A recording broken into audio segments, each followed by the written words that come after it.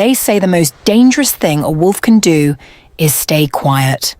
Not growl, not bare its teeth, not charge. Just go still. Go completely terrifyingly still and watch. The Alpha King of the Kelvara pack had crushed enemies who stood twice his height. He had walked through fire, through blood, through the deepest grief a wolf can carry, and he had never once fallen to his knees.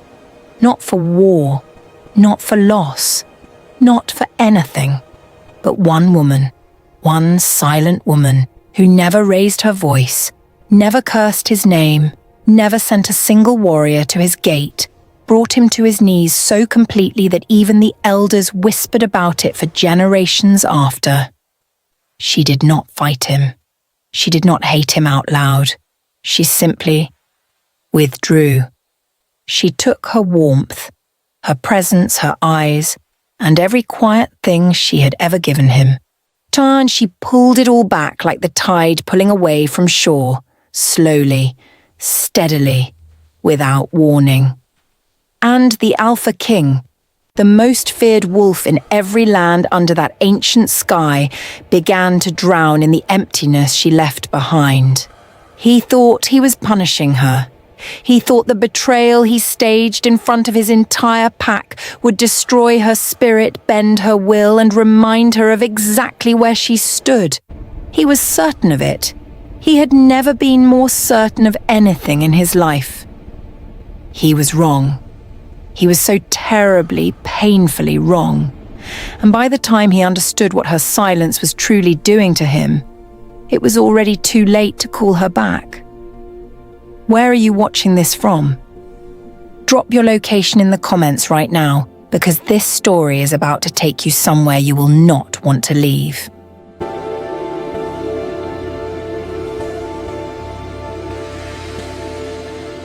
The great hall of Kelvara smelled of pine smoke and old stone, of burning torches and the thick musk of wolf blood that had soaked into the earth beneath the floor over many, many generations. It was a hall built for power, built for declarations, built for the kind of moments that carved themselves permanently into the memory of every soul who witnessed them. The ceiling rose high above like the ribcage of something enormous, and the walls carried the carved faces of every alpha who had ruled before the current king. Their stone eyes stared down at everything that happened beneath them, cold and eternal and utterly without mercy. On this particular evening, every torch in the hall was burning, and every seat along the stone benches was filled, because the Alpha King had summoned them all. Warriors sat with their broad shoulders drawn back and their jaws tight, sensing that what was coming was not a war council and not a hunting decree.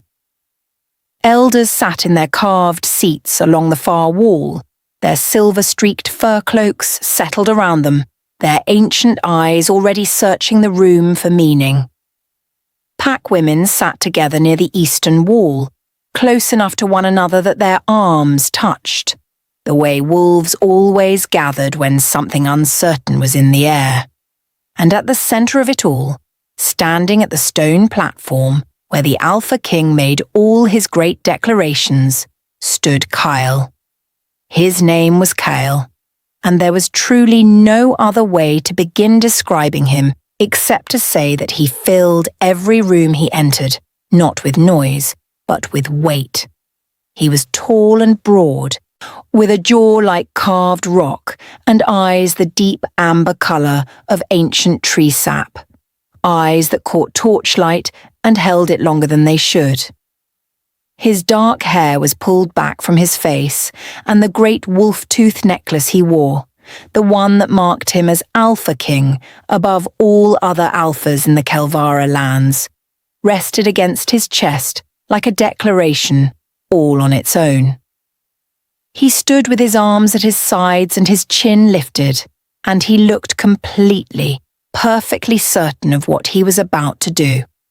Behind him, seated just to the right of the platform on a low-carved bench, was a young woman named Solane. She had been brought in before the others arrived, seated there quietly by two of the king's personal guards, who had said nothing to her and looked at nothing but the floor.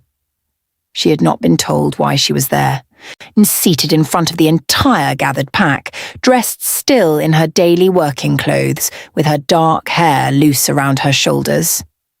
Nobody had offered her a cloak against the chill of the hall. Nobody had offered her an explanation.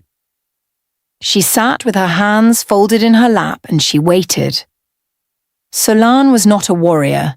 She was not an elder's daughter or a chieftain's blood. She had come to the Kelvara pack 7 seasons ago as part of a small group of wandering wolves seeking sanctuary after their own packlands were swallowed by a great flood that took everything they had built. Kael had granted them shelter, as was the ancient law of wolfkind. The wanderers had stayed, had blended, had built small lives inside the larger life of Kelvara. Solane had become a healer's helper. Why, she had learned the roots and the bark and the pressed leaves that stopped bleeding and drew out fever, and she had given herself to that work with a steadiness that the pack's elder healer, an old woman named Prava, said she had never seen in someone so young. Solane moved through the healing tent quietly, gently, always knowing what was needed before she was asked. That was how Kael had first truly seen her. He had come to the healing tent 8 months ago, not for himself, but for one of his youngest warriors, a boy of barely 17 seasons who had taken a wound in a skirmish near the northern border. Kael had carried the boy himself, which was already unusual enough to make the tent go still when he walked in. And Solane had not gone still. She had simply looked up from the fire where she was warming a poultice. She assessed the wound in the boy's side with calm, quick eyes, and said without any trembling in her voice to lay him down on the far pallet and keep pressure on it. She had not looked at Kael with awe or fear or the particular kind of careful performance that most wolves put on when the Alpha King was near. She had simply done what needed doing, and spoken only when the work required words. Kael had stood in that tent for longer than he needed to, watching her work, and something in him had shifted, the way a heavy stone shifts when water moves beneath it for long enough. He had begun finding reasons to pass by the healing tent after that, then to stop, then to speak with her. Solane had met every conversation with the same unhurried calm she brought to everything else, as if the Alpha King was simply another wolf who needed a moment of genuine company, and she was simply a woman who had that to offer. He had told her things in those quiet conversations, small things at first, then larger ones, the kinds of things a king rarely spoke aloud because there was never anyone nearby who was listening to him rather than to his title. And Solane had listened. She had listened the way still water listens, taking everything in without disturbing its surface, reflecting back only clarity.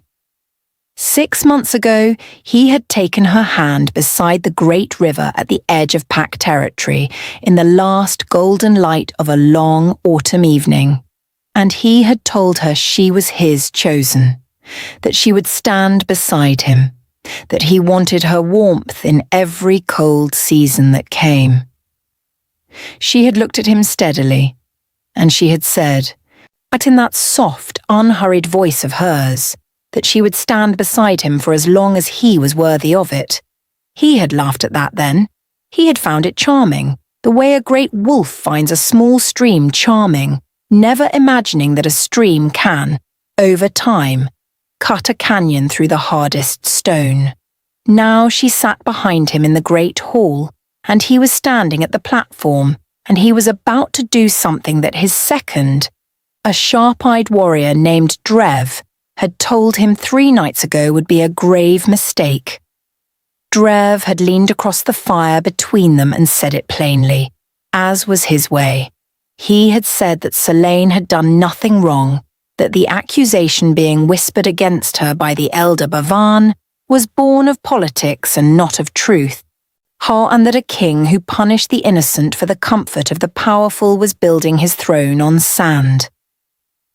Kael had heard every word, and he had chosen the politics anyway, because Bavan was the oldest and most influential elder in the pack, and Bavan had made it clear that he would not support Kael's plan to expand the pack's eastern territories unless Kael demonstrated that his chosen woman had no loyalty ties to the wandering wolves who had brought those outside trade agreements that Bavan despised.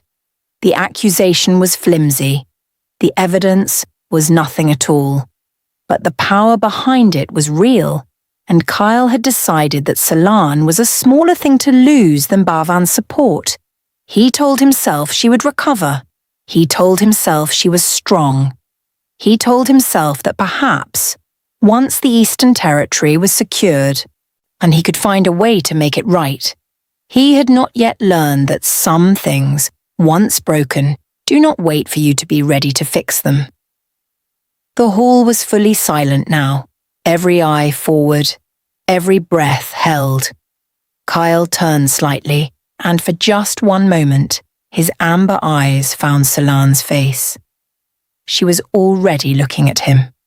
Not with anger, not with pleading, not with the desperate question that he had half expected to see there. She was simply looking at him, the way she had always looked at him, clear and still and fully present, as if she already knew everything that was about to happen and had already decided exactly how she would carry it. Something moved in his chest fast and sharp, and he almost stopped. He almost stepped down from that platform and walked to her and said nothing, said none of the words Bavan had given him, none of the carefully constructed declaration that stripped her of her standing and sent her back to the edges of pack life where the elders felt she belonged. He almost did that. Instead, he opened his mouth and he began to speak. His voice carried through the great hall the way it always did, full and deep and without a single waver. He spoke the words of formal rejection, the ancient words that a pack alpha used to dissolve a chosen bond, words that every wolf in that hall recognized immediately, words that made several of the pack women along the eastern wall drop their eyes to the floor. He said that Solane of the Wandering Blood was released from her standing as his chosen, that her ties to outside interests made her unsuitable for the position beside the Alpha King, that this decision was final and made for the good and the unity of the Kelvara pack. He said all of it, and Solane sat completely still through every single word. When he finished, the silence in the hall lasted for 3 long breaths, and then the sound of the pack shifting, murmuring, adjusting, filled the space the way air fills a room when a door is opened. Kael stepped down from the platform. He did not look at her again. He had told himself beforehand that he would not look at her again, because looking at her would weaken what he had just done, and he could not afford weakness right now. His guards stepped to either side of Solane, ready to escort her out, and Solane rose from the bench on her own, before either of them could touch her arm. She rose slowly, quietly, with the same steadiness she brought to everything. She smoothed the front of her working clothes with both hands. She lifted her chin just slightly. And then she walked. She walked through the great hall without hurrying, without stumbling, without looking at anyone on either side of her. She walked the way someone walks when they have already left a place in their heart long before their feet carry them out of it. She walked past the warriors, past the elders, past old Preva, who pressed one hand briefly to her own chest as Solane passed, the only acknowledgement anyone offered her. She walked out through the great wooden doors of the hall, and the doors swung shut behind her with a low, heavy sound that seemed to travel through the stone floor and up through the feet of everyone still standing inside. Kael stood with his back to the doors. He was looking at the far wall, at the carved stone faces of the alphas who had come before him. Their eyes stared back at him, blank and cold and unreadable. Drev appeared at his right side, as he always did, and said nothing. There was nothing to say. The thing was done. But something in the hall felt different now. Something in the air. Something that Kael could not immediately name. It was not the sound of anything. It was the absence of something, as if a particular quality of warmth had walked out through those great wooden doors and had not left anything behind in its place. Kael told himself it was simply the chill of the evening coming in. He told himself it would pass. It did not pass. The morning after the great hall, Kelvara woke the way it always did. The hunting parties moved out through the tree line before the sun had fully cleared the eastern hills, their breath rising in pale clouds above their heads in the cold morning air. The fire tenders fed the great central flame that burned day and night at the heart of the pack settlement, piling fresh wood onto its base with practiced, quiet hands. The children of the pack chased one another between the round stone dwellings, their laughter cutting bright and sharp through the still air like birds calling across water. Everything looked exactly as it always had. Everything moved the same way it always moved. And yet, something in the rhythm of Kelvara that morning felt slightly off, the way a drum feels slightly off when one of its fastenings has come loose, or still making sound, still keeping time, but missing something in the quality of its beat that the ear notices even before the mind can name it. Solane had moved her few belongings before dawn. She had carried them herself, in a single wrapped bundle of cloth, from the dwelling she had shared with 2 other pack women near the centre of the settlement, out to the smaller, older structure at the far eastern edge of the healer's quarter, where Preva kept her storage of dried roots and pressed bark and bundled herbs. It was barely large enough to sleep in comfortably, but it had a small fire pit and a narrow window that faced the river, and Preva had offered it without being asked, appearing at Solane's door in the dark hours before morning with a torch in one hand and a silent look that said everything her voice chose not to. As Solane had accepted it with a nod, and that was the end of the exchange. She was back at her work in the healing tent before the rest of the settlement had fully risen, preparing the morning medicines with the same careful hands and the same unhurried attention she brought every single day. She ground the bark. She strained the root water. She checked the wounds of the 3 warriors who were still recovering from the northern border skirmish, speaking to each of them quietly, asking about their pain, their sleep, their appetite, the same questions she always asked. She did not speak about the Great Hall. She did not speak about Kael. She did not speak about any of it. And the warriors who were young enough to be uncertain how to hold what they had witnessed the night before followed her lead and said nothing either. Word had already moved through the pack the way word always moved in a wolf settlement, fast and low and winding through every conversation before the sun had reached its midpoint. Everyone knew. Everyone had their own way of carrying the knowledge. Some of the pack women kept their eyes away from Solane when they passed the healing tent, not from cruelty but from a particular discomfort, the discomfort of witnessing something unjust that you did not stop. Some of the older warriors simply nodded at her when they passed, a small solid gesture that meant they saw her and they respected what they saw. Old Bhavan walked through the settlement that morning with his great fur cloak and his carved walking staff, greeting people with the wide, easy authority of a man who had just gotten exactly what he wanted. And he did not go near the healing tent. He was wise enough for that, at least. Kael did not come to the healing tent either. Not that morning, not the morning after, not in the 4 mornings that followed. This was unusual enough that Drev noticed it, because Drev noticed everything. He stood beside the Alpha King at the evening fire on the 3rd night and watched Kael stare into the flames with the particular stillness of a man who is working very hard not to think about something, which is, of course, the surest sign that he is thinking about nothing else.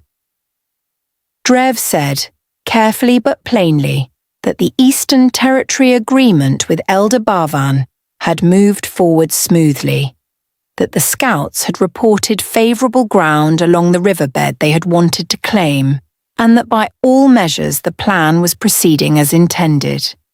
Kael said nothing for a long moment, and then he said yes, that was good, that was the right outcome, and his voice was completely flat when he said it, like a stone skipped across water that has already sunk. Drev watched him for another moment and then looked back at the fire and said, still carefully, that Preva had sent word that one of the northern warriors was developing a fever in his wound and would need strong attention over the coming days.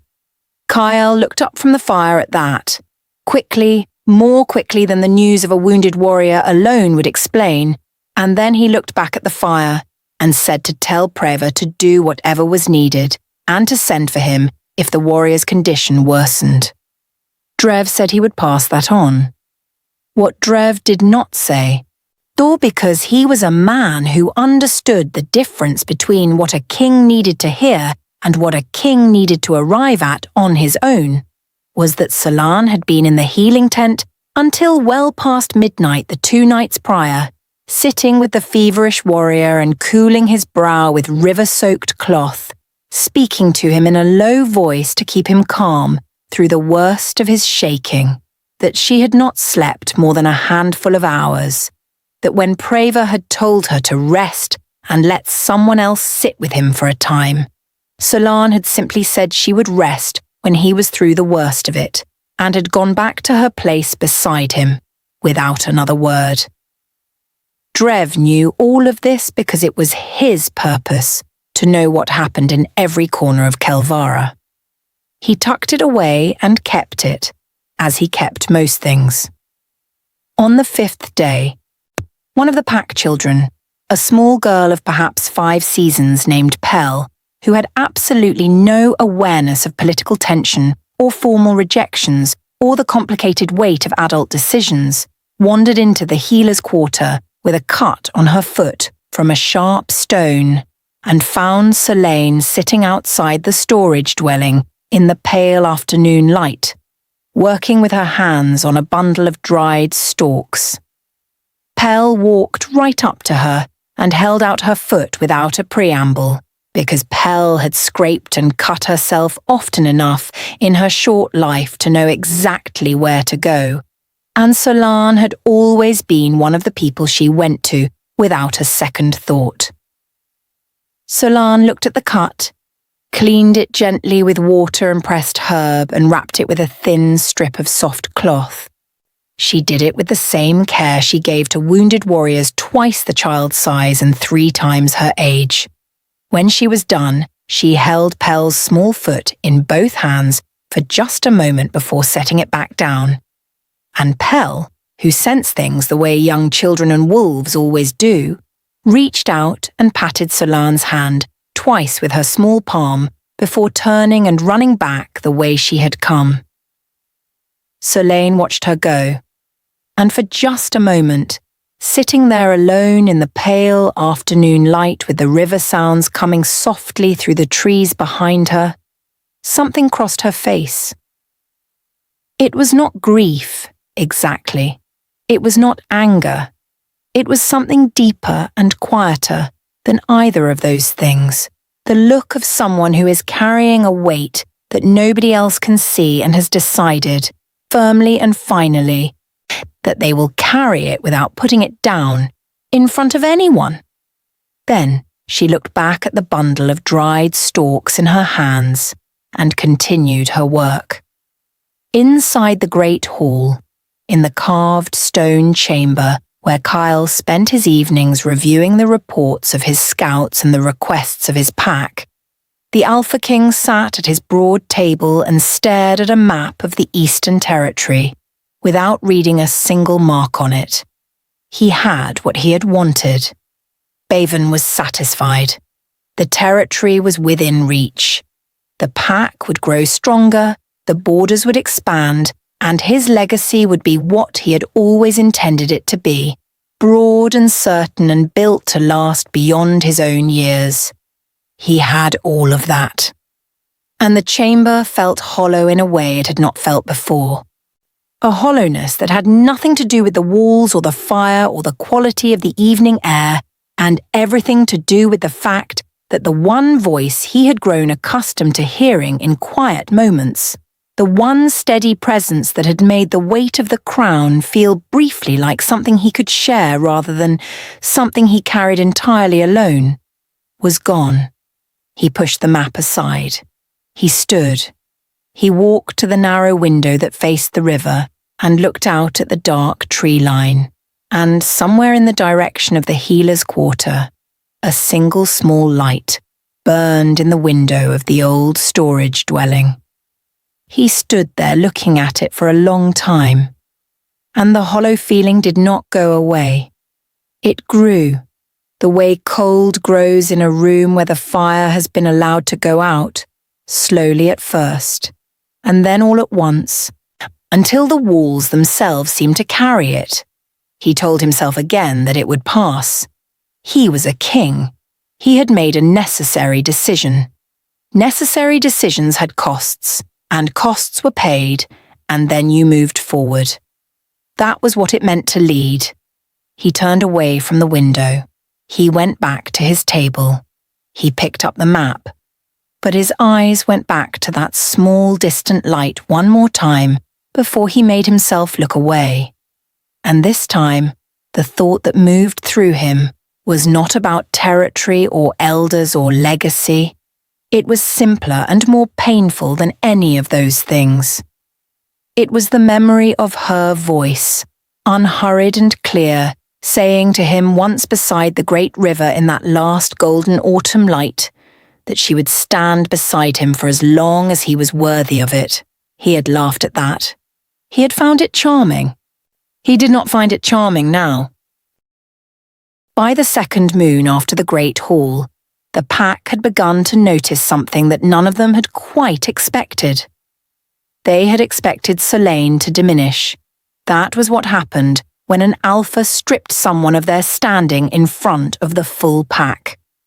The person became smaller in the eyes of those around them, and the community, following the unspoken current of pack law and pack loyalty, adjusted accordingly, giving the diminished one less space, less regard, less of the small daily courtesies that made life within a wolf settlement feel like belonging rather than merely surviving. That was what was supposed to happen. That was the established order of things. But Solane did not diminish. She expanded quietly and without any apparent intention of doing so, the way a root system expands underground, invisible and steady, and making itself known only through the strength of what it holds up, above the surface. It began with the healing tent, because that was where Solane spent most of her waking hours, and it was impossible to spend time in her presence without being affected by the particular quality she carried. She was not warm in the loud, generous, demonstrative way of some people. She was warm the way a deep fire is warm, not flashy, not loud, but genuinely and reliably present, and capable of sustaining heat long after a noisier fire would have burned through its fuel and gone cold. The warriors who came to the healing tent healed faster. That was not a thing anyone said out loud, but it was a thing everyone observed. Preva herself, who had decades of healing knowledge behind her and was not easily impressed by anything, remarked one evening to her oldest apprentice that Solane had a gift she had only ever seen in 3 healers in her long life, the gift of making a wounded body feel safe enough to let go of its fear and begin the actual work of mending. Fear, Preva said, was the thing that kept wounds open longest. Not the wound itself, but the fear around it.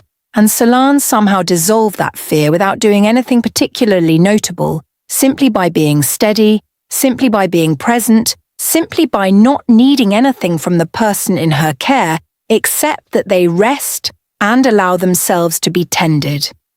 The pack women who had kept their eyes down when Solane passed began, one by one, to shift their behaviour. It happened gradually, the way most true shifts happen, not in a single decisive moment, but in a dozen small ones strung together over days and weeks.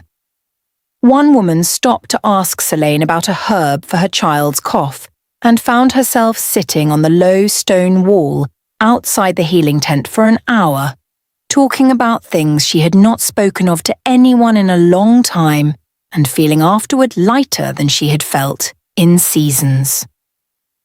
Another woman brought Solane a portion of the evening meal without explanation, setting it down outside the storage dwelling door without knocking and going away before Solane could respond. Then there were the elders, not Bavan. Bavan kept his distance and his satisfaction and his political victory wrapped around him like a second cloak. But 2 of the other elders, a quiet man named Osse and a sharp-faced woman named Lura, who had sat on the Elder Council for 40 seasons and had seen more alphas make more mistakes than she cared to count, began making their own small adjustments. Osse started taking his evening walk past the healer's quarter. He never stopped. He never spoke to Solane directly. He simply walked past, and sometimes he nodded.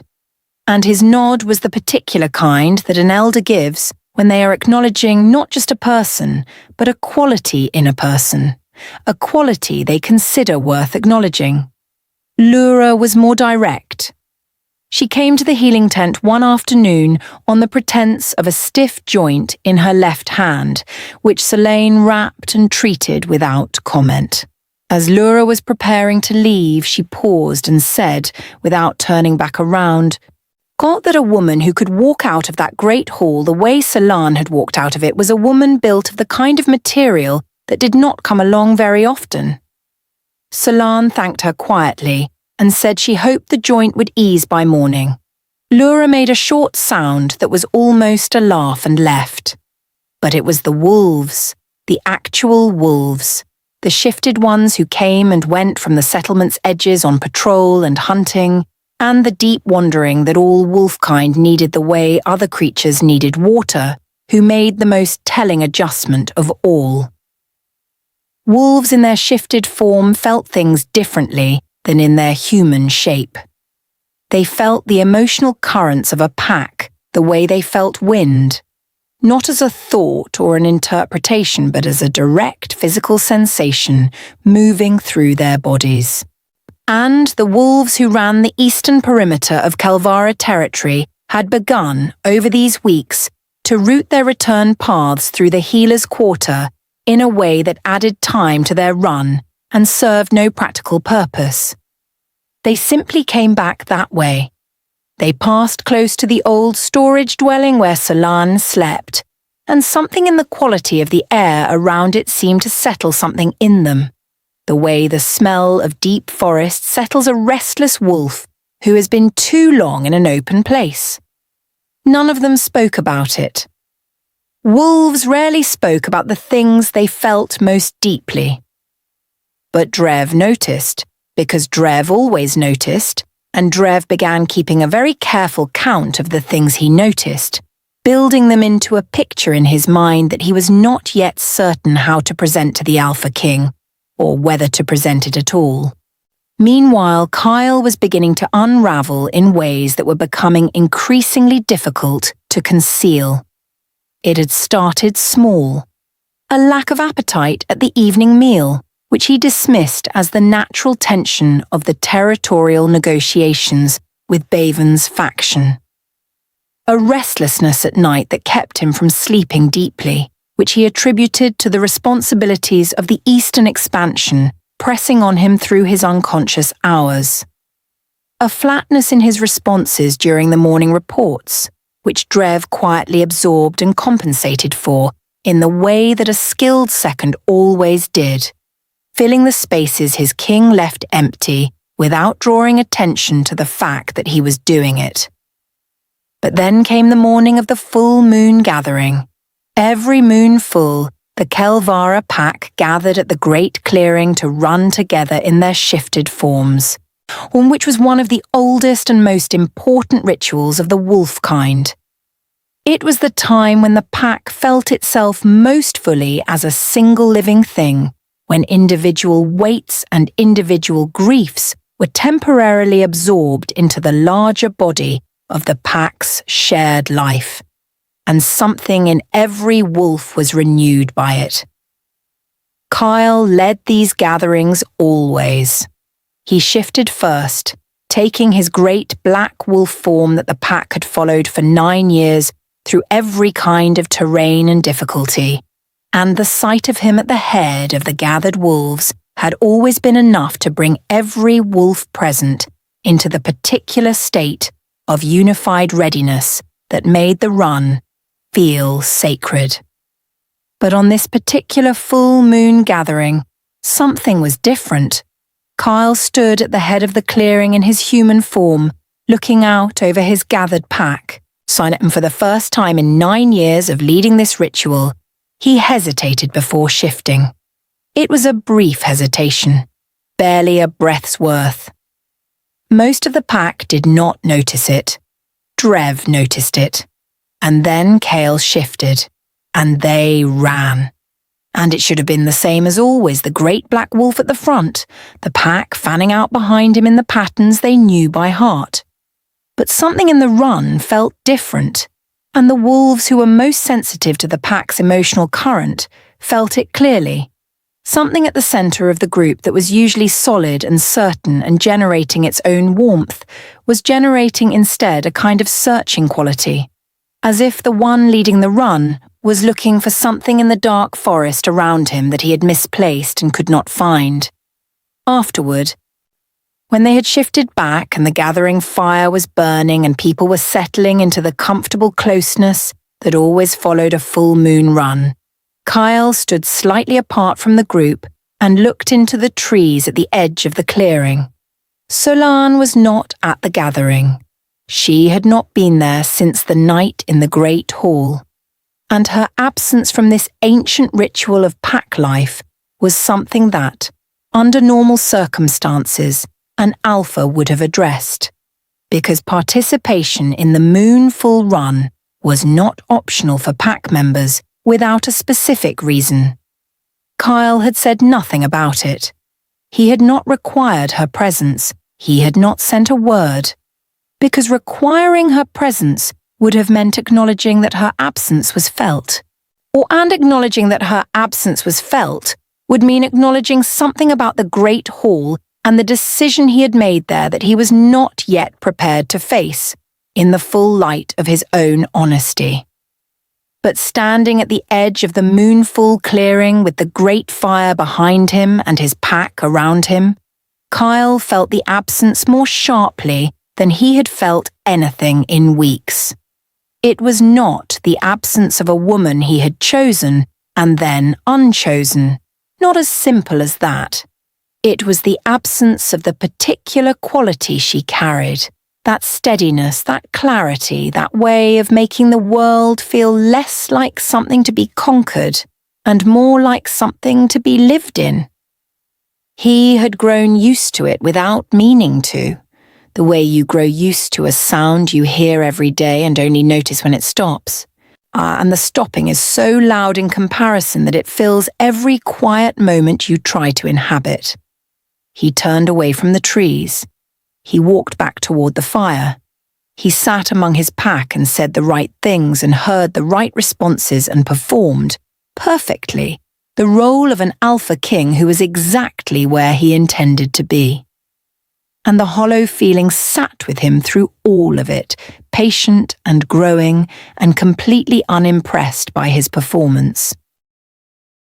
There is a particular kind of pain that does not announce itself loudly. It does not arrive with a roar or a strike or the sharp, clean agony of a fresh wound. It arrives quietly, the way cold water arrives when it seeps through the wall of a dwelling that was not built as carefully as it should have been. You do not notice it at first. You notice only that the air feels slightly different, slightly heavier, slightly less like the air you remember breathing when everything was right. And then one morning you press your hand to the wall and the stone is wet, and you realize the water has been coming in for a long time, long before you thought to check. That was what was happening to Kael. It has been 3 moons since the Great Hall, 3 moons since he had stood on that stone platform and spoken the words of formal rejection in front of every soul in Kelvara. The Eastern Territory Agreement with Bevan had been signed and sealed with the ancient mark of pack law. The scouts had moved into the new lands along the riverbed and begun the first stages of establishing a border presence. Everything was proceeding exactly as planned, exactly as intended, exactly as the careful, calculated decision in the Great Hall had been designed to make possible, and Kael was falling apart. Not in any way that was visible to the full pack. He was too disciplined for that, too long practiced in the art of carrying his weight without letting it show in his posture or his face or the quality of his voice when he gave commands. He stood straight. He spoke clearly. He made decisions with the same apparent certainty he had always brought to the role of Alpha King, and the pack, who needed that certainty the way all wolfkind needed it, took it at face value and were steadied by it. But Drev saw the truth of it, because Drev was always closest, and because Drev had the kind of eyes that did not accept surface appearances as sufficient information. He saw the way Kael had begun to eat less at the evening meal, not dramatically, not enough for anyone else to mark, but enough that Drev, who had shared meals with this man for 9 years, felt the difference. He saw the way Kael's amber eyes had taken on a quality of distance during the morning reports, as if part of him was always present in a room that was not the one his body occupied. He saw the way Kael had stopped going to the river in the early mornings, which had been his habit for as long as Drev had known him. That solitary hour before the settlement woke when Kael sat on the flat, grey stone at the river's bend, and let the sound of the water move through him and clear whatever the night had left behind. He had stopped doing that. Instead, he stayed in his stone chamber until the settlement was already moving around him, which meant he was carrying whatever the night left behind all the way into the day. On the morning of the 40th day after the Great Hall, Drev came to Kael's chamber with the morning reports as he always did, and found the Alpha King standing at the narrow window that faced the river, which was a thing Kael had been doing more and more, was standing at that window and looking in the direction of the healer's quarter with an expression that he quickly rearranged when he heard Drev enter. Drev set the reports on the table and stood quietly for a moment, and then he said, without particular emphasis, that Solane had been asked by 3 families in the eastern part of the settlement to take on the care of their children through the coming cold season, given that the winter sicknesses would begin moving through the pack within the next moon. Kael turned from the window and looked at Drev without speaking. Drev said further that old Prava had told him she intended to formally name Solane as her successor in the healing work before the next full moon gathering, which was a significant thing, as Prava had not named a successor in all her decades of serving the pack. Kael was quiet for a long moment, And then he said, in a voice that was carefully controlled but not quite controlled enough to hide everything that Preva could do as she saw fit in the matter of her own succession. Drev nodded and said nothing more about it. He began going through the morning reports, and Kael sat at his table and listened and responded, and the morning moved forward as mornings did. But later that day something happened that Drev had not planned or anticipated, something that cracked the careful surface of Kael's controlled performance more openly than anything had cracked it yet. Elder Bavan came to the Great Hall in the afternoon with 2 of his supporters at his side, which was his habit when he wanted to make a point through the weight of numbers rather than the weight of argument. He sat across the broad table from Kael and spoke at length about the Eastern Territory, the progress there, the need for more warriors to be stationed along the new border as the cold season approached, the importance of demonstrating the pack's strength in the new lands before any neighbouring packs grew curious about the expansion. Kael listened and asked the necessary questions and gave the necessary responses. He was doing well. He was holding the performance together cleanly and completely. And then Bavan, shifting in his carved seat with the comfortable ease of a man who believed he held more power in a room than he actually did, mentioned Solane. He did not mention her by name. He mentioned her by category, referring to her as the wandering blood woman and saying that he had heard she was being considered for a formal position in the pack's healing structure, and that while he had no objection to wandering bloodwolves serving the pack in practical capacities, he did want to note that a formal named position carried with it a certain degree of standing within the pack community that he felt should be carefully considered given the circumstances. Kael went very still. Drev, standing near the wall behind the Alpha King's chair, watched the stillness happen and recognized it immediately.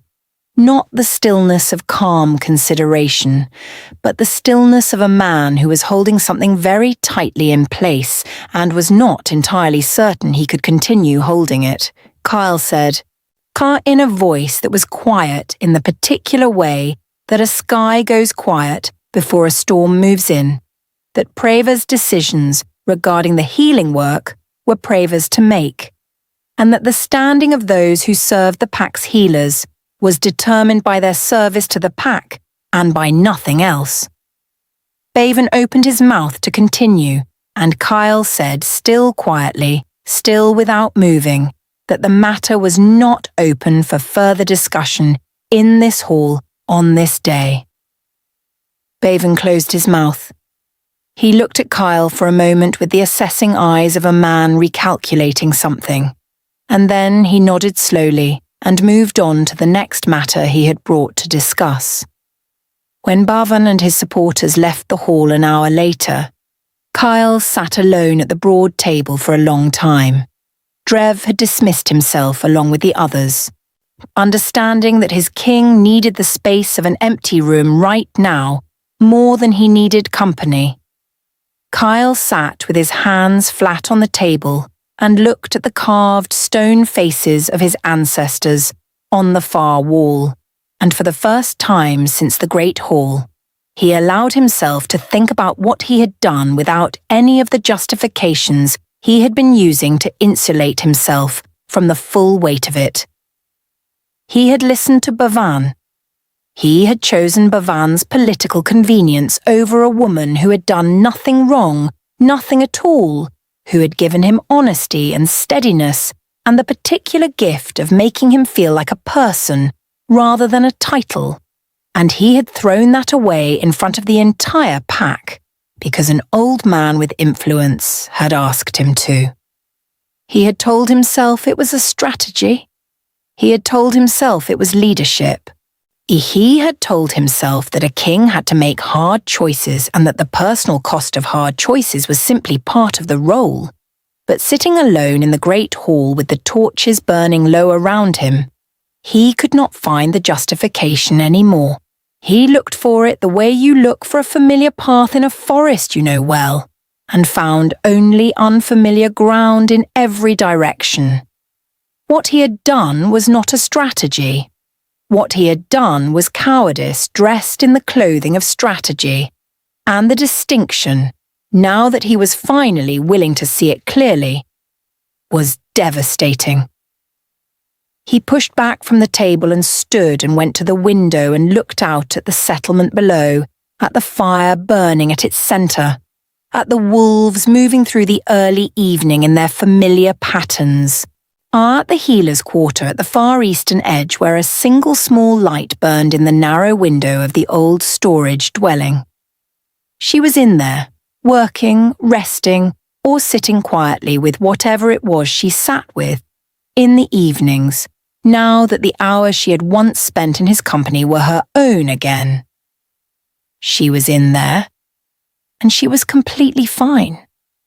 And she did not need anything from him, and she was not going to come to him, and she was not going to break, and she was not going to give him the relief of her anger or her grief or any loud emotion he could point to and respond to and use as a way of reaching her.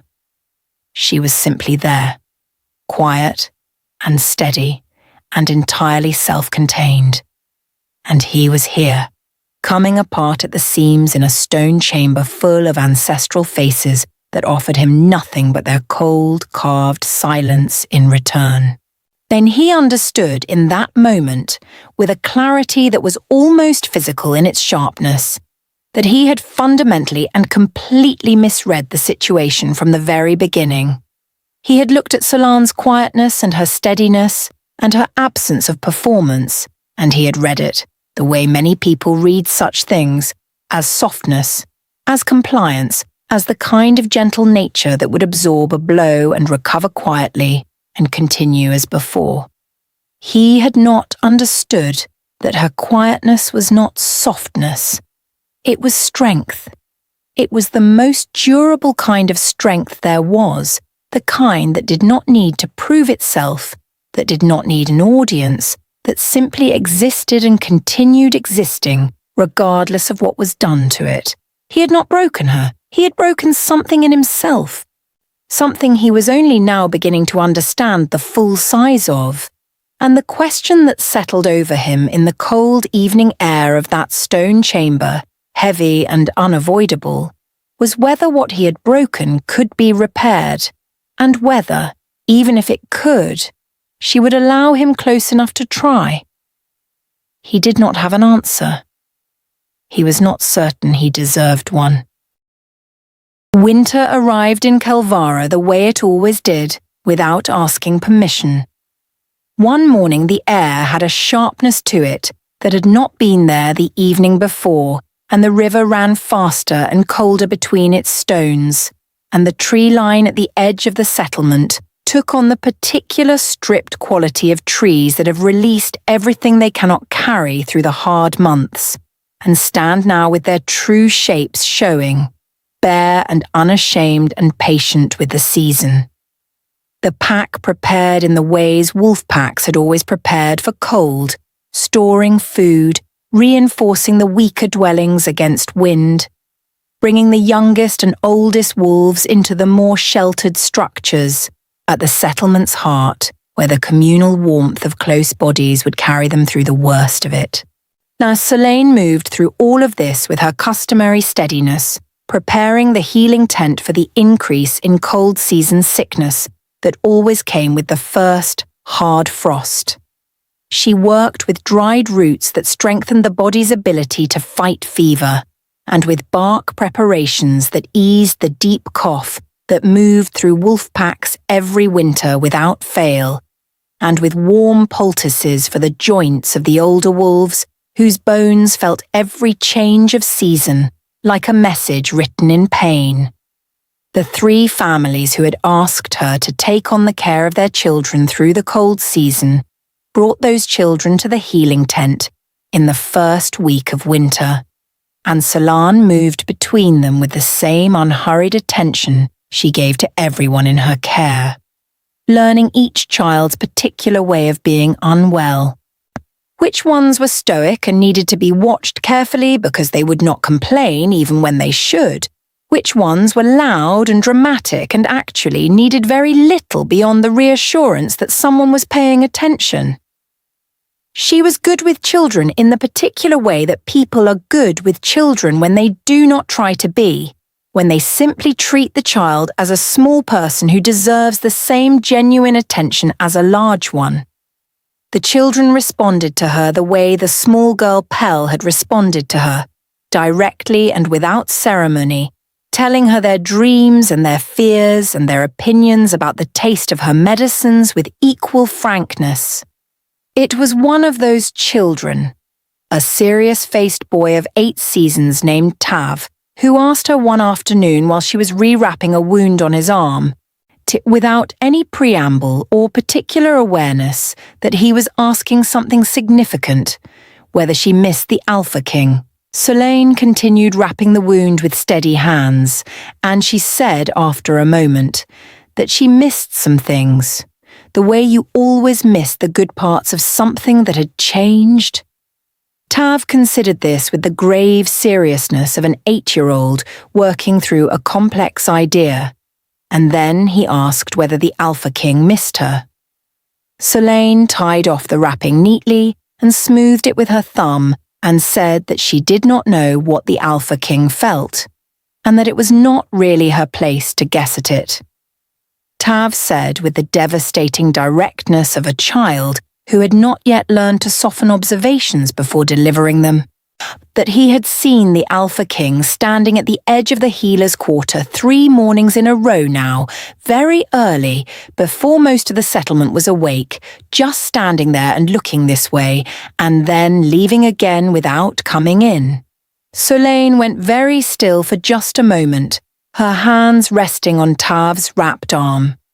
Then she said, calmly and evenly, that Tav should make sure to keep that wrapping dry for the next 2 days and come back to her when it needed changing.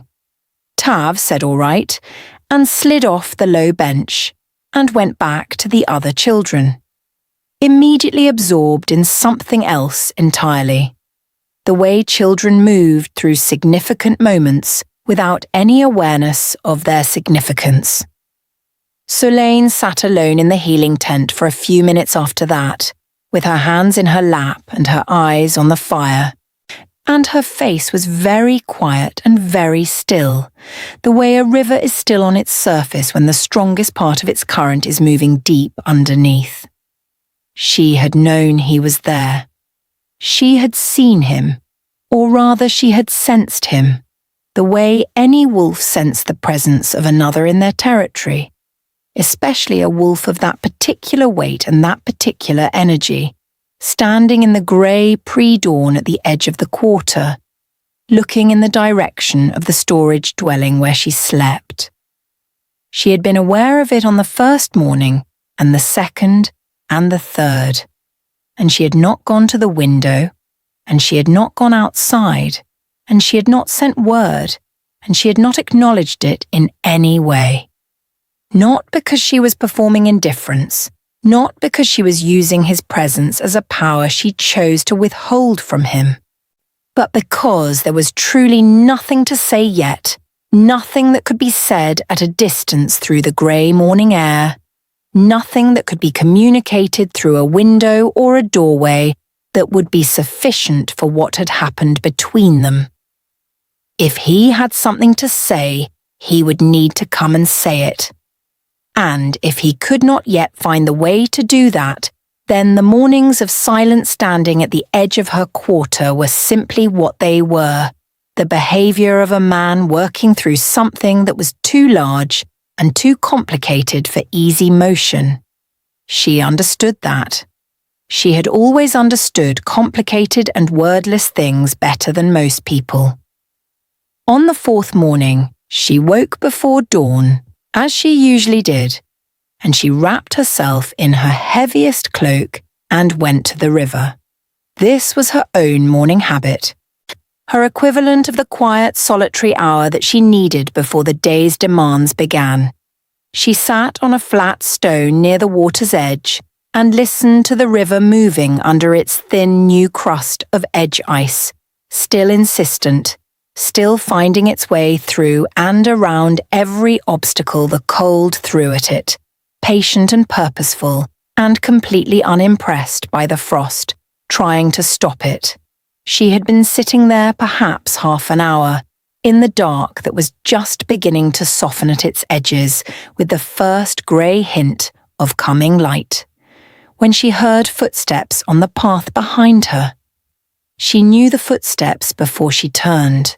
There was no other set of footsteps in Kelvara that carried quite that weight and that particular rhythm. The unhurried, too deliberate step of someone who had learned over many years to move through the world with the awareness of exactly how much space they occupied and how much force they generated, and who had decided to own that rather than apologize for it. She did not turn. She kept her eyes on the river. Kael came and stood at the edge of the flat stone, close enough that she could feel the warmth of him in the cold air, and he was quiet for a long moment, looking at the river the way she was looking at it. Then he said, simply and without any of the formal weight of the Alpha King's voice, that he had been coming to the edge of the quarter in the mornings, and he supposed she had known that. She said, still looking at the river, that she had known. He was quiet again for a moment, and then he said that he did not know how to begin saying what needed to be said, and that he was aware that was not a sufficient excuse for having not said it sooner. Solane said nothing. She waited. He sat down on the flat stone, not close, but not at a distance that felt like distance chosen to protect himself. He sat like a man who had decided to be in a place fully rather than halfway, and he looked at the river for a moment before he looked at her. He said that he had been wrong. Not the political thing, not the strategy thing, the actual thing underneath all of that. He had been wrong to listen to Baven. He had been wrong to let the comfort of an elder's support cost him something that was worth more than that support. And he had told himself every justification that a man could tell himself when he did not want to see a thing clearly, and none of them had held up when he finally stopped allowing them to. His voice was even and direct, not performed, not arranged for effect, just words coming from a place in him that was genuinely exposed and genuinely uncertain of its welcome. He said that he was not asking her for anything. He was not here to request that she return to a standing she had not asked for in the first place. He was here because he owed her the truth of what he had understood about himself and about what he had done, spoken plainly and without any covering over it, and he would not insult her by dressing it in anything more comfortable than it actually was. Solane looked at the river for a long time after he finished speaking. The light was coming up slowly behind the tree line, and the river caught the first pale suggestions of it and carried them downstream in shifting pieces. Then she said, quietly and without any heat in it, that she already knew all of that. She had known it from the moment he spoke in the great hall, not the words he said, but the thing underneath the words, the particular quality of a person doing something they knew was wrong and doing it anyway because the wrong thing felt, in that moment, like the easier thing. Kael looked at her in the growing light and said nothing for a moment, and then said, carefully, that he did not expect undoing. He was not here for that. Solane finally turned and looked at him, fully, the way she had looked at him in the great hall before he opened his mouth and changed everything. Clear and still and completely present. She said that she knew. She could see that he was not here for that. And that was, perhaps, the first thing he had done in a long time that she could genuinely respect. They sat together at the river in the early winter light, not speaking, not reaching for anything, simply present with the cold and the water and the difficult, unresolved weight of what lay between them. And the river moved on as rivers always do, patient and persistent, finding its way forward through every kind of resistance the season placed before it. It was not forgiveness. It was not the beginning. It was something more honest than either of those things, and perhaps in its honesty, something more durable. By the time the third moon had risen and set over Kelvara, the pack had changed in ways that could not be undone, and Kael had changed in ways that could not be hidden. It was not a single moment that brought everything forward.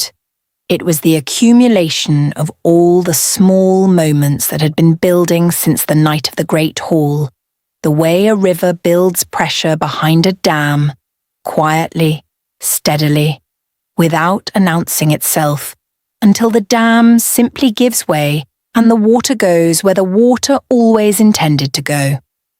Drev had watched it all.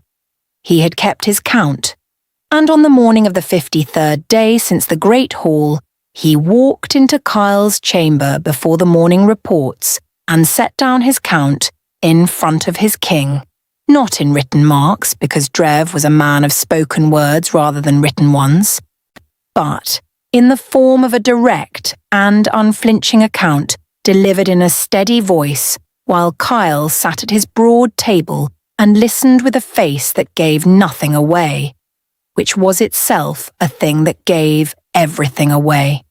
Drev said that 14 of the pack's senior warriors had begun routing their patrol paths through the Healer's Quarter without being instructed to do so. He said that Elder Ossi had spoken to 3 other council members about a matter he described only as a question of pack alignment, and that those 3 council members had each spoken to 2 others in the days following. He said that 6 pack women who had previously had no particular relationship with one another had begun gathering outside the healing tent in the early evenings, ostensibly to help Preva with her drying work, but in reality, creating a kind of quiet, daily community around Solane's presence that had the unmistakable feeling of a gathering tide. He said that the wolves on the Eastern Patrol were running 30 minutes longer on their return routes every single night, and that when he had asked 2 of them separately why they were adding the extra distance, both of them had paused before answering, and then said only that the route felt right. He said that 3 of the pack's youngest children had taken to sitting near the storage dwelling in the late afternoons, not inside, not interacting with Solane in any formal way, just near, the way young wolves naturally position themselves near whatever source of steadiness they can find in their environment. And then Drev said the thing he had been building toward quietly and without drama, in the way that only a man who has spent years earning the right to speak plainly to a king can do. He said that the pack was not moving away from Solane. The pack was moving toward her, and it was doing it without being led there, without being encouraged there, without any word or gesture from Solane herself to draw them in. It was doing it because something in Kelvara's collective body recognized a quality that it needed, and that quality lived in a woman who was currently sleeping in an old storage dwelling at the edge of the Healer's Quarter, because her king had placed her there. Kael sat through all of this without moving. His jaw was tight, and his amber eyes were fixed on a point just above Drev's shoulder, and the silence he held after Drev finished was long enough and heavy enough that Drev simply stood and waited in it, as he had stood and waited through many of Kael's silences over their years together. Then Kael said, in a voice that was very controlled and very quiet, that Drev had given him a great deal to consider, and that he would take the morning to think on it before the reports began. Drev nodded. He walked to the door. and then he stopped with his hand on the frame and said, without turning around, that there was one more thing. He said that Solane had been offered a place in 2 other packs in the weeks since the Great Hall. Not formally, not through official channels, but through the particular quiet network that wandering wolves always maintained, the old connections and the old courtesies that pack life never fully erased. 2 packs had sent their quiet inquiries. One of them was the Morath pack to the north, which was large and well established, and led by an alpha who was known across the land as fair-handed and steady. Drev said that Solane had not responded to either inquiry. Not yet. Then he walked out and closed the door behind him, and Kael sat alone in his chamber, with everything Drev had said settling around him like stones dropping one by one into still water. He sat there for a very long time. He thought about the Eastern Territory, which was proceeding as planned and had cost him something he was only now beginning to fully understand the value of. He thought about the elder Bavan, who had gotten what he wanted and was satisfied, and would remain satisfied until the next thing he wanted presented itself, because that was the nature of men like Bavan, appetite without end, dressed in the clothing of principle.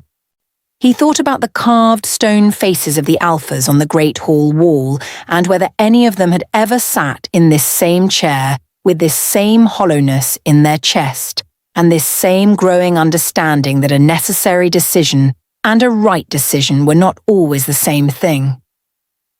And then he thought about her, about Solane, not in the careful, managed way he had been thinking about her for 53 days, keeping the thought at a controlled distance, allowing himself only the outline of her, and never the full weight of what she had meant.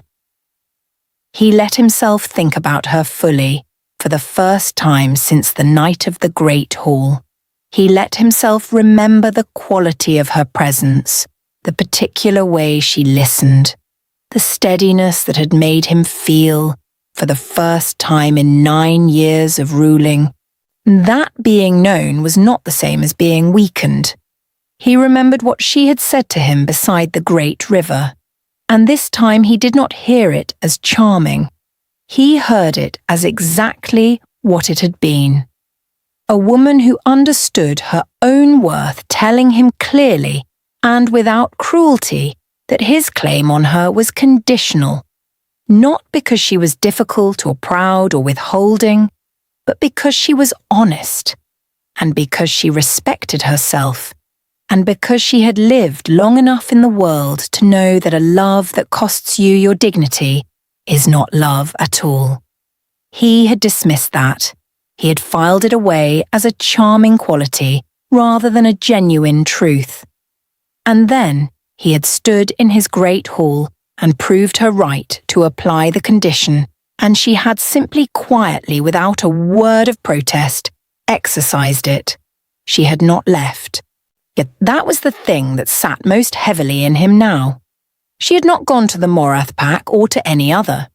She had stayed in Kelvara, in an old storage dwelling with a narrow window facing the river, and she had continued to do her work and carry herself with the same dignity she had always carried. And the pack had seen it. Every single day they had seen it, and they had drawn their own conclusions from what they saw. She had not needed to say a word against him. She had not needed to campaign or persuade or gather allies to her cause. She had simply continued to be exactly who she was, with total consistency and total honesty.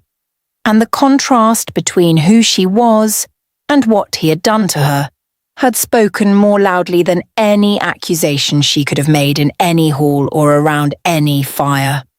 Her silence was not emptiness. Her silence was a mirror. And for 53 days, Kael had been catching glimpses of himself in it and looking away, and he was done looking away. He rose from his chair. He walked to the door of his chamber and opened it, and the morning light of Kelvara came in, clean and cold, and carrying the smell of pine smoke and river water.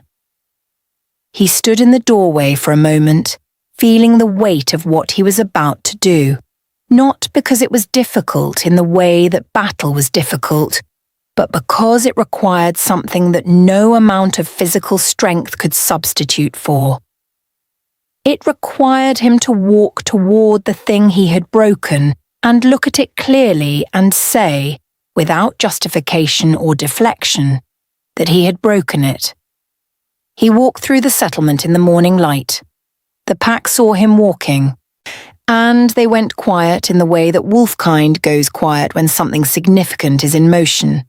Not a frightened quiet, but a watching quiet, an attentive quiet, the kind that gathers itself around moments that will be spoken of afterward. He walked to the healer's quarter.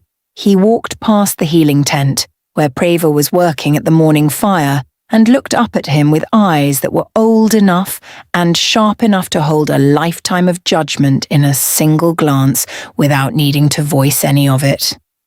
He walked to the old storage dwelling at the edge of the quarter, with its narrow window facing the river and its small fire pit and its door of old, dark wood. He stopped in front of the door. He stood there. And then he raised his hand and knocked 3 times steadily, the way a man knocks when he knows exactly where he is and why he has come and has no intention of pretending otherwise. There was a pause. Then he heard her footsteps, quiet and unhurried, moving toward the door. The door opened and Solane stood in the doorway, and she looked at him with those clear, still eyes that had never once, not in any moment he had ever shared with her, looked at him with anything other than complete honesty. She did not look surprised. She did not look relieved or angry or hopeful or guarded. She looked the way she always looked, present and clear and fully herself, as if she had been expecting him to arrive at this door eventually and had simply been going about her work in the meantime. He said her name. Just that. Solane. And the word felt different in his mouth than it had ever felt before, or heavier and more careful, the way you handle something you have already dropped once and understand now that it is breakable. She waited. He said that he had come to tell her that what he had done in the Great Hall was wrong, not necessary, not complicated, not a decision made for the good of the pack. Wrong. He said it plainly, and without any of the qualifications he had been rehearsing without meaning to, in the back of his mind for 53 days. He said that he had chosen political convenience over truth, and that he had done it at her expense, and that there was no accounting for that which made it anything other than what it was. He said that Elder Baven had used him, and that he had allowed himself to be used, and that the difference between those 2 things was important to him to acknowledge, because one made him a victim and the other made him responsible, and he was the Alpha King of Kelvara, and he would not stand in her doorway and ask her to see him as a victim. He said that he missed her presence with a constancy that had surprised him, because he had not understood until she was gone how much of what he had believed was simply his own strength had in fact been the steadiness she brought to the space around him. He said that he was not certain what her silence had cost him could be measured in any terms he had language for. And then he stopped. He did not ask her to come back. He did not tell her what he wanted or what he hoped. He simply stood there, having said what was true, and he let it be what it was, without trying to arrange it into an outcome. Solane looked at him for a long time.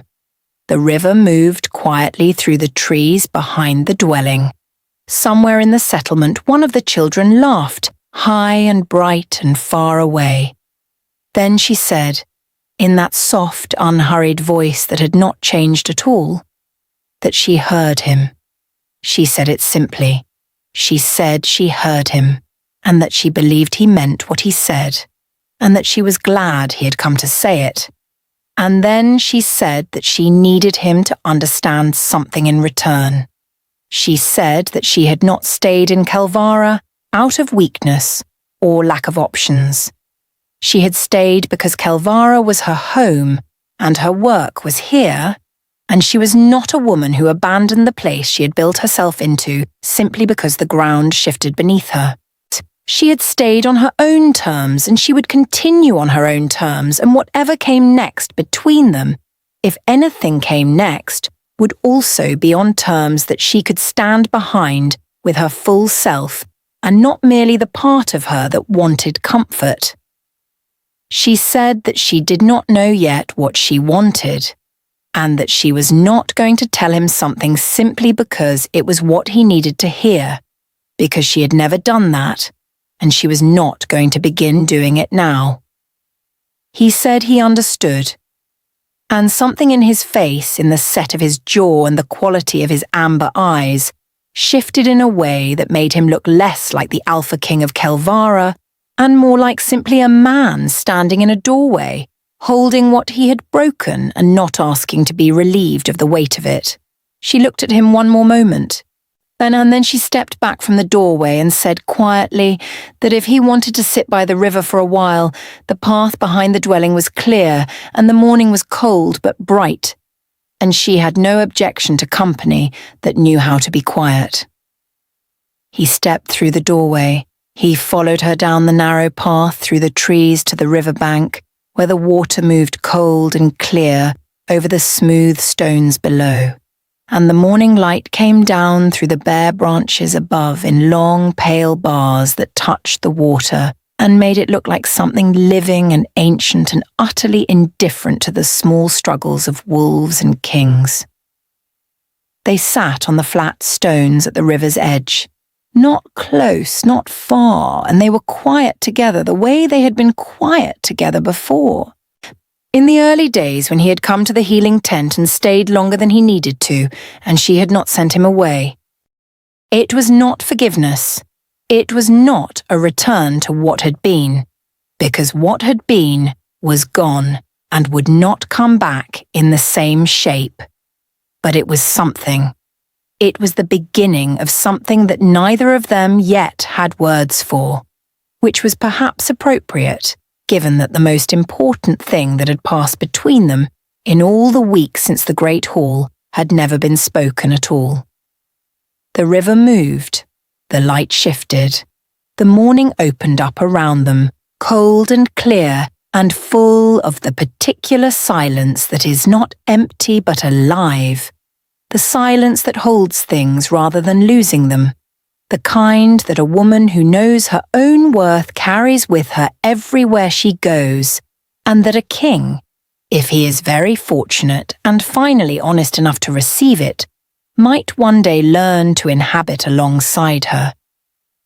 Kelvara moved behind them, breathing and alive, the pack going about its morning in all its layered, complicated, ongoing life.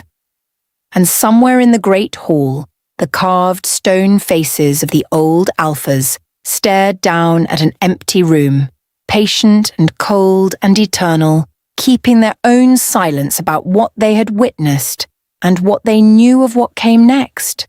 The Alpha King had thought betrayal would break her. Instead, her silence had taken him apart, piece by piece, quietly and without a single weapon, and left him with only the truth of himself to stand in. Whether that truth was enough, only the river knew, and the river, as always, said nothing.